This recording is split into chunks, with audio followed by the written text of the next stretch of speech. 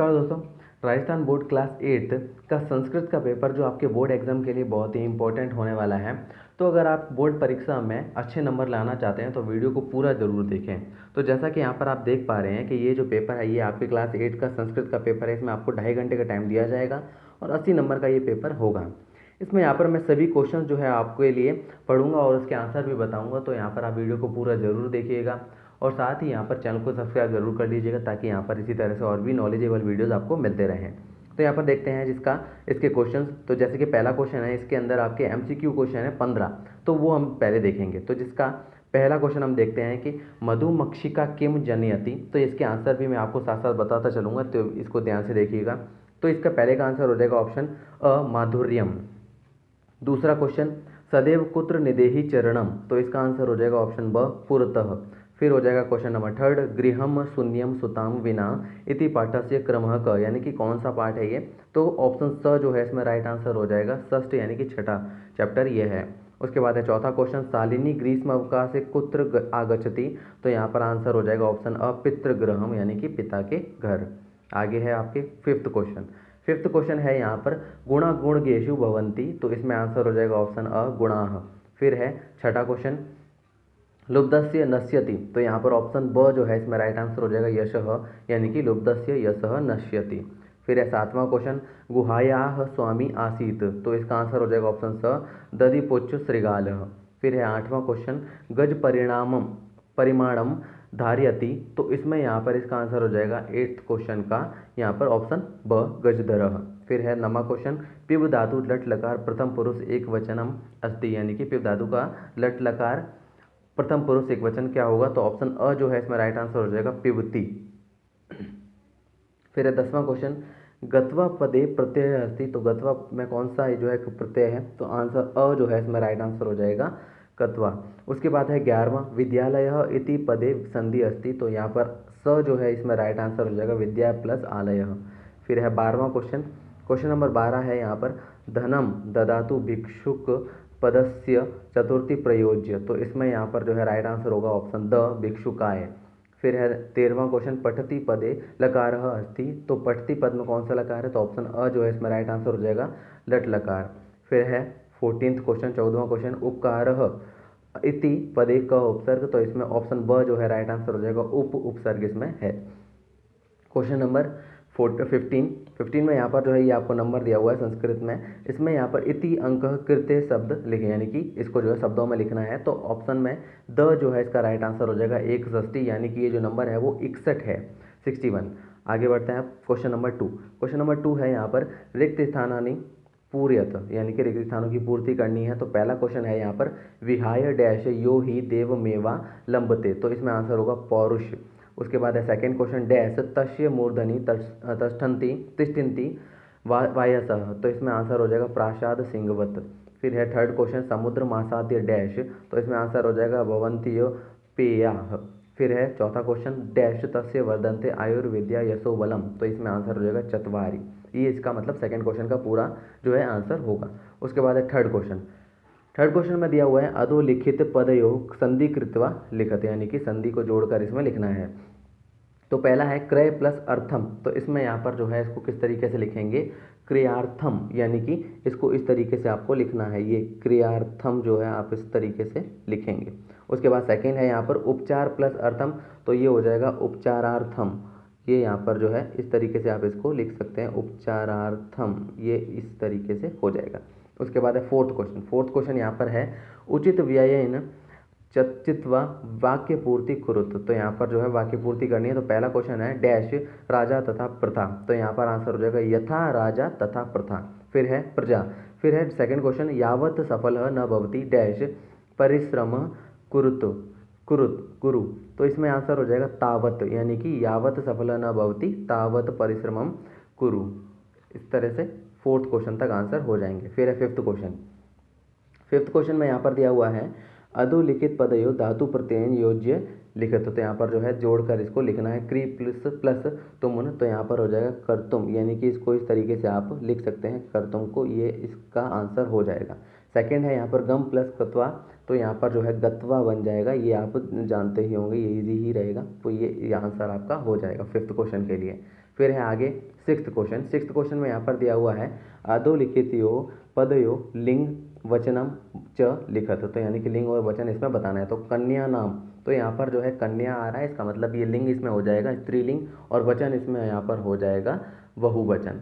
उसके बाद सेकंड है बालकेन, बालकेन में यहाँ पर जो है पता चल ही रहा है पुल्लिंग होगा और वचन हो जाएगा एक वचन। इस तरह से सिक्स्थ क्वेश्चन हो जाएगा। फिर है सातवां क्वेश्चन उपसर्गम पृथक कुरुत, यानी कि उपसर्ग को पृथक करना है और पद को पृथक करना है, यानी कि अलग अलग करना है। तो उपगम्य, इसमें यहाँ पर उप जो है आपका उपसर्ग हो जाएगा और गम्य जो है वो आपके पद हो जाएगा। उसके बाद सेकंड है यहाँ पर सम पूज्य, तो सम आपके उपसर्ग हो जाएगा और पूज्य जो है वो पद हो जाएगा। इस तरीके से सातवां क्वेश्चन करना है। फिर है आठवां क्वेश्चन नंबर 8 में यहाँ पर आपको जो है दिया हुआ है उचित कथनानाम समक्षम आम अनुचित कथनानाम समक्षम न इति लिखत, यानी कि सही कथन के आगे आम लिखना है और गलत के आगे न लिखना है। तो पहला क्वेश्चन है यहाँ पर निज निकेतनम गिरि शिखरे अस्ति, तो यहाँ पर ये आपका सही है, यानी कि आम यहाँ पर जो है इसको लिख देना है। सेकंड है गमनम सुकरम अस्ति, तो यहाँ पर जो है इसका आंसर हो जाएगा न, यानी कि ये गलत है तो न लिख देना है। उसके बाद थर्ड है सदैव अग्रे एवं चलनीयम, तो ये भी यहाँ पर आम यानी कि सही है तो आम लिख देना है। और फोर्थ क्वेश्चन है पुरतः निदेहम चरणम, तो ये भी आम यानी कि ये भी सही है, तो इसमें भी आम लिख देना है। उसके बाद है नाइन्थ क्वेश्चन नंबर 9 है सुमेलनम कुरुत, यानी कि सुमेलित करना है इसको। तो उसमें यहाँ पर जो है आपके आंसर होंगे, जैसे कि पहला है पुरतः, पुरतः में यहाँ पर सुमेलित हो जाएगा आपके ग, यानी कि पृष्ठम पृष्ठतः। उसके बाद है जही ही भीतिम, इसका यहाँ पर हो जाएगा च, यानी कि ये वाला भज भज शक्तिम। फिर है स्वकीयम, स्वकीयम में यहाँ पर थर्ड यानी कि इसमें हो जाएगा आपके घ परकीयम। उसके बाद है भीति, तो यहाँ पर इसका यहाँ पर हो जाएगा ड, यानी कि साहस। उसके बाद अनुरक्ति, तो ये हो जाएगा विरक्ति, और गमनम तो ये हो जाएगा आगमनम। इस तरीके से यहाँ पर जो है आपको मिलाना है। आप चाहें तो यहाँ पर नंबर भी लिख सकते हैं या सीक्वेंस जो है लगा सकते हैं। उसके बाद आता है 10वां क्वेश्चन नंबर 10वां यहाँ पर जो है ये दिया हुआ है 100 पाठ्य पुस्तकात श्लोकोदयम लिखत यो प्रश्न पत्र नास्यात, यानी कि 2 श्लोक लिखने हैं जो इस प्रश्न पत्र में नहीं आए हों। एक श्लोक 2.5 नंबर का है तो दोनों श्लोक लिखेंगे तो 5 नंबर आपको मिल जाएंगे। ये ध्यान रखना है कि ये प्रश्न पत्र में कोई भी श्लोक वो नहीं होना चाहिए, ऐसा ही इसमें लिखना है। उसके बाद यहाँ पर आ जाता है 11वां क्वेश्चन।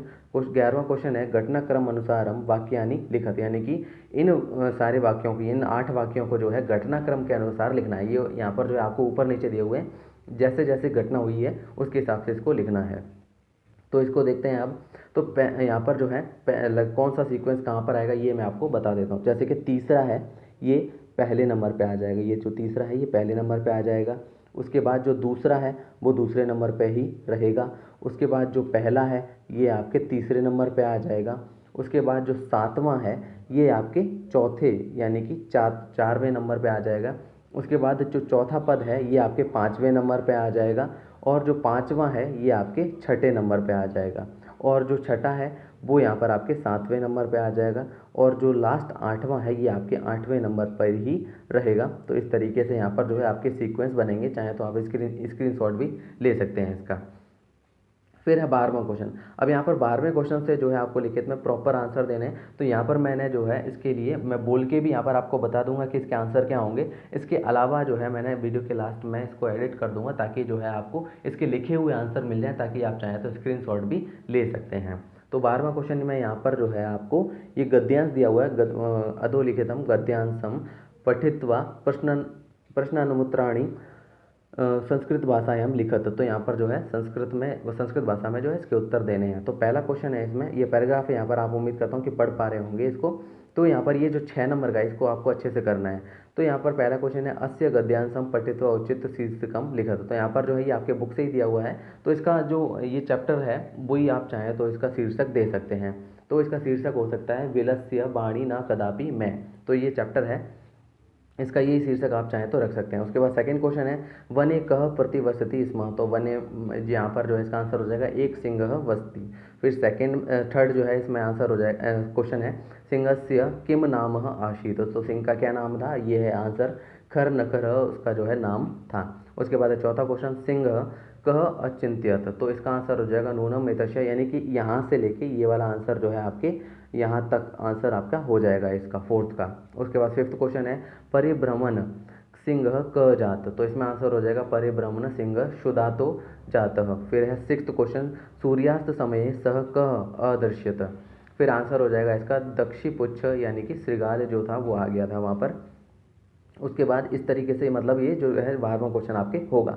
लास्ट में वीडियो के इसको जो है लिखित में भी आपको आंसर मिल जाएंगे, तो आप जो है वीडियो को पूरा जरूर देखिएगा। आगे है यहाँ पर क्वेश्चन नंबर 13। क्वेश्चन नंबर 13 है यहाँ पर, विलस्य वाणी न कदापि मैं श्रुता अथवा कंटकेनैव कंटकम कथा सारम हिंदी भाषायाम लिखत, यानी कि आपके चैप्टर हैं ये वाले दोनों, इनमें से किसी एक पर जो है आपको उसका कथा सार लिखना है अपने शब्दों में। तो ये चीज़ आप जो है अपने हिसाब से कर सकते हैं। आपके उम्मीद करता हूँ कि बुक में से वो चैप्टर पढ़े हुए होंगे, तो वो कथा सार आप अपने हिसाब से लिख सकते हैं। आपको पूरा चैप्टर नहीं लिखना है एज इट इज़, आपको जो है उसको केवल जो है एक्सप्लेन करना है कि उस कहानी में क्या हुआ था, केवल कथा सार देना है। एग्जैक्ट कहानी नहीं होनी चाहिए, ऐसा कुछ भी ज़रूरी नहीं होता है, कई स्टूडेंट को इसमें कन्फ्यूजन रहता है। तो आप इसको अपने हिसाब से कर सकते हैं। ये 2 नंबर का क्वेश्चन है, तो आपको बहुत ज़्यादा लंबा भी नहीं लिखना है, केवल 4-5 लाइनों में आंसर आपका काफ़ी हो जाएगा। उसके बाद है आपका 14th क्वेश्चन। 14th क्वेश्चन है, रेखांकित पदानि आधृत्य प्रश्न निर्माणम कुरुत। तो यहाँ पर जो है प्रश्न निर्माण करना है रेखांकित पदों के हिसाब से। तो पहला है, इसमें गुणा के नीचे जो है अंडरलाइन की हुई है, गुणा गुणगेषु गुणा भवंती, तो इसका आंसर हो जाएगा के गुणगेषु गुणा भवंती। इसका भी आंसर जो है लिखित में आपको मिल जाएगा लास्ट में। उसके बाद है सेकंड क्वेश्चन, नद्यः सुस्वादु तोयाः भवन्ति, तो इसमें आंसर हो जाएगा का सुस्वादु तोया भवन्ति, तो इसमें आंसर होगा ये। उसके बाद है थर्ड क्वेश्चन, व्याधः व्याघ्रम जालात वही निसार्यत, तो इसका आंसर हो जाएगा कह व्याघ्र जालात वही निसार्यत। तो इस तरीके से जो है 14th क्वेश्चन का आंसर भी हो जाएगा। फिर आ जाता है 15th क्वेश्चन। यहाँ पर जो है आपको अधोलिखितान प्रश्नान पूर्ण वाक्येन उत्तर, यानी कि पूर्ण वाक्य में उत्तर देना है। 15 से लेकर 17 तक इस तरीके के ही क्वेश्चन है। तो पहला क्वेश्चन है 15वें में, इसमें है वयम कस्या दिशि अग्रे सराम, उसके बाद इसका आंसर होगा इसका वयम डिजि भारतम इति दिशि अग्रसराम। उसके बाद है सेकंड क्वेश्चन, चंचलेन वने किम कृतम, तो इसका आंसर हो जाएगा चंचलेन वने जालम प्रासार्यतः। उसके बाद आगे बढ़ते हैं 16th क्वेश्चन। 16th क्वेश्चन है यहाँ पर, इसका पहला है केसाम समवायः सप्त भगिन्यः इति कथ्यते, तो इसका आंसर हो जाएगा सप्त राज्यानाम।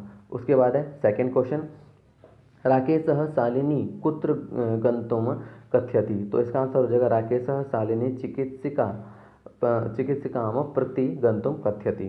17th क्वेश्चन देखते हैं। इसका पहला क्वेश्चन है कस्य यशः नश्यन्ति, तो इसका आंसर हो जाएगा लुब्धस्य यशः नश्यन्ति। उसके बाद है सेकंड क्वेश्चन, भारत जन्यताहम के परिपूता आसीत, तो इसका आंसर हो जाएगा भारत जनताहम अध्यात्मशुदा तटिनी स्नानेह परिपूता अस्ति, ये इसका आंसर 17th क्वेश्चन का आंसर हो जाएगा। आगे बढ़ते हैं, ये है आपके 18th क्वेश्चन। यहाँ पर जो है आपको जो है क्या करना है कि चित्र को देखकर जो है आपको पद बनाने हैं, 6 पद बनाने हैं। तो यहाँ पर आपको जो है इसके लिए शब्द भी दिए गए हैं ताकि आपको हेल्प मिल सके। रक्षाबंधनम, भगिनी, श्रावण मासस्य, शिक्षारंभस्य, प्रेमणः और रक्षासूचम, ये 6 आपको जो है ये वर्ड शब्द दिए गए हैं। इसके हिसाब से जो है आपको 6 जो है आपको लाइनें यहाँ पर बना के लिखनी है। तो ये क्वेश्चन मैं आपके ऊपर छोड़ता हूँ, आप इसको किस तरीके से करना चाहेंगे। तो आगे बढ़ते हैं। अब आगे यहाँ पर अथवा में इसी में एक और क्वेश्चन दिया हुआ है 18वें के। तो इसमें यहाँ पर आपको क्या करना है इस क्वेश्चन के लिए, मंजूषायाम लिखिता नाम शब्दा नाम सहायेन कथाम लिखत, यानी कि जो है इन शब्दों की सहायता से आपको जो है इस कथा को पूरा करना है। ये यहाँ पर जो डैश डैश जो जगह दिखाई दे रही है इनको पूरा भरना है। तो यहाँ पर जो है इसको किस तरीके से करेंगे, यहाँ पर इसको देख लेते हैं। जैसे कि नीचे तदा संभव युक्ति कपोता दूरे सहसा काश्चन, तो यहाँ पर जो है एक एक शब्द मैं बताऊंगा। जैसे कि काश्चन जो है वो यहाँ पर पहले नंबर पे आ जाएगा, काश्चन जो है वो पहले नंबर पे आएगा। फिर दूरे ये यहाँ पर आपके दूसरे नंबर पे आ जाएगा। फिर यहाँ पर तदा जो है आपके तीसरे नंबर पे आ जाएगा। फिर उसके बाद चौथे नंबर पे आएगा आपके कपोताह। उसके बाद 5वें नंबर पे आ जाएगा आपके नीचे, यानी कि ये वाला शब्द। उसके बाद यहाँ पर युक्ति जो है वो आपके 6ठे नंबर पे आ जाएगा। और संभव ये आपके 7वें नंबर पे आ जाएगा। और सहसा जो है ये आपके 8वें नंबर पे आएगा। यहाँ पर भी आप देख पा रहे होंगे कि 8 ही आपको जो है जगह दी हुई है। ये पहला हो जाएगा, दूसरा, तीसरा, चौथा, पाँचवा और ये 5वां और ये 6ठा, 7वां और ये 8वां, इस तरीके से 8 ही जगह आपको यहाँ पर खाली दी हुई हैं और 8 ही शब्द यहाँ पर आपको दिए हुए हैं। इसके हिसाब से आप जो है फिल कर सकते हैं। इसका स्क्रीनशॉट लेना चाहें तो आपको बाद में फिल करने में आसानी हो सकती है।